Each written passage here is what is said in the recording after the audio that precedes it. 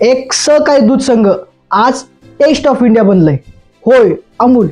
1946 मध्ये गुजरातमधल्या आनंद गावात काही शेतकरी दूध विकताना दलालांच्या लुटीने त्रस्त झाले. मग त्यांनी ठरवलं आपणच आपला बाजार बनवायचा. इथूनच सुरू झाला आनंद मिल्क युनियन लिमिटेडचा प्रवास. पण फक्त दूध विकून चाललं असतं का? तर नाही. अमूलनं मार्केटिंगचं एक मास्टर स्ट्रोक केलं. अमूल गर्ल, तो पांढऱ्या कपड्यामधला गोंडस कॅरेक्टर, जिथं देशातलं प्रत्येक मोठं घडामोडीवर मजेशीर पण स्मार्ट जाहिराती दिसायच्या. हाच त्यांचा टॉपिकल मार्केटिंगचा फंडा. लोक बातम्या बघायच्या आधी अमूलची जाहिरात बघायची.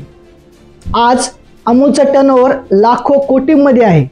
पण खरी कमाल काय होती माहिती आहे?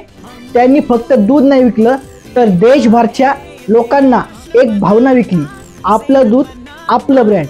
यामधून एक गोष्ट समजते, कितीही मोठा स्पर्धक असो, पण जर तुमची मार्केटिंग स्टोरी लोकांच्या हृदयाला भिडली तर छोटं गावही संपूर्ण देशाला जिंकू शकतं.